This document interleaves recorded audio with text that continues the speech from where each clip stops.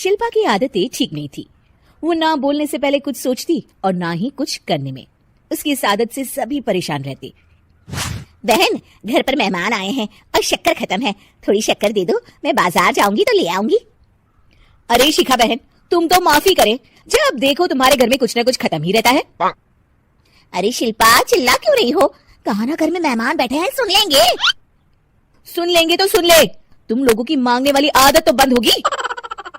अच्छा शिल्पा, ना दो शक्कर, लेकिन बात तो अच्छे से करो। एक कटोरी शक्कर के लिए तुमने मेरी बड़ी बेइज्जती कर दी। शिल्पा बड़बड़ाते अंदर चली जाती है तो शिखा भी घर चली जाती है। माँ, क्या हुआ? अरे कुछ नहीं बेटा, पता नहीं कहां कहां से ऐसे पड़ोसी आ जाते हैं, जब देखो तब कुछ न कुछ मांगने के लिए घंटी बजाते हैं। अब घंटी बजे तो दरवाजा ना खुलना। पता नहीं माँ की ये आदत कैसे बदलेगी, किसी को कुछ भी बोल देती है, बोलने से पहले सोचती भी नहीं।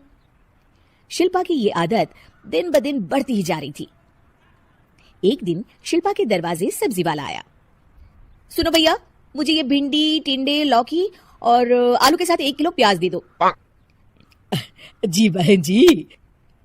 वो एक एक कर सारा सामान पैक कर देता है। कितने पैसे दूं? 220 रुपए पूरे। अरे इतना महंगा नहीं। हाँ, मैं तो सिर्फ 150 दूंगी। नहीं नहीं, पैसे तो पूरे लूंगा, नहीं तो सब्जी वापस कर दो। ऐसे कैसे वापस कर दूंगी? मैं तो एक भी सब्जी वापस नहीं करूंगी। और हाँ, रही बात पैसों की, तो लेना है तो 150 ले लो, वरना मेरे मोहल्ले में घुसने तक नहीं दूंगी। हाँ। अरे नहीं नहीं बहन, हम लोग गरीब लोग हैं, ऐसा ना करो। पकड़ो ये 150 और दफा हो जाओ। शिल्पा की बेटी अंदर से ये सब देख रही थी। शिल्पा, तूने तो हद कर दी। बेचारा गरीब आदमी, उसका तो गुजारा ही इसी से होता है। बोलने से पहले सोचा कर बेटा। माँ आप चुप रहो, घर चलाना बच्चों का खेल नहीं। और वैसे भी इतनी महंगी सब्जी थोड़ी ना होती है।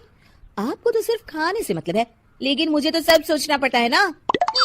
शिल्पा की सास ये बात सुनकर दुखी हो जाती हैं। शिल्पा की बेटी शिल्पा की ये सारी बातें सुन रही होती है। शिल्पा की बेटी एक दिन माँ से कहती है, माँ, ओ माँ, जरा यहाँ तो आना। ओहो, क्या हुआ? क्यों चिल्ला रही हो ऐसे बेटा? हुआ क्या?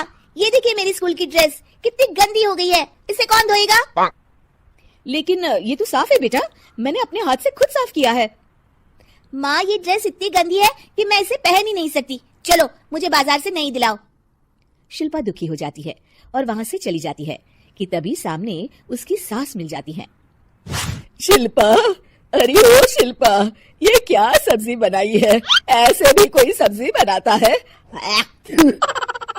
शिल्पा सास की इस हरकत से सख्ते में आ जाती है।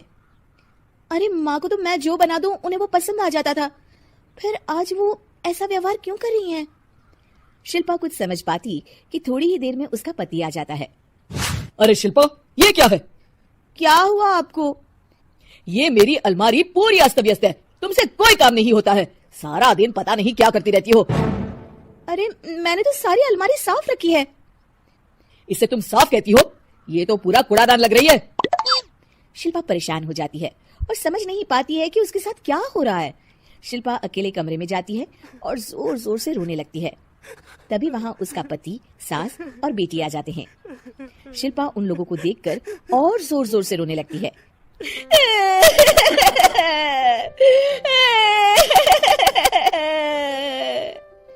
कि तभी उसकी सास उससे कहती है, क्या हुआ? यहाँ बैठकर रोती रहोगी या फिर खाने को भी कुछ बनाओगी? माँ, पहले आप बताएं, आप लोगों को क्या हुआ है जो मुझसे ऐसा व्यवहार कर रहे हैं? वही हुआ है जो तुम्हें रोज होता है। मैं समझी नहीं। माँ, आज घर वालों ने आपसे बुरा व्यवहार किया तो आपको कितना बुरा लगा ना? हाँ, मुझे बहुत बुरा लगा।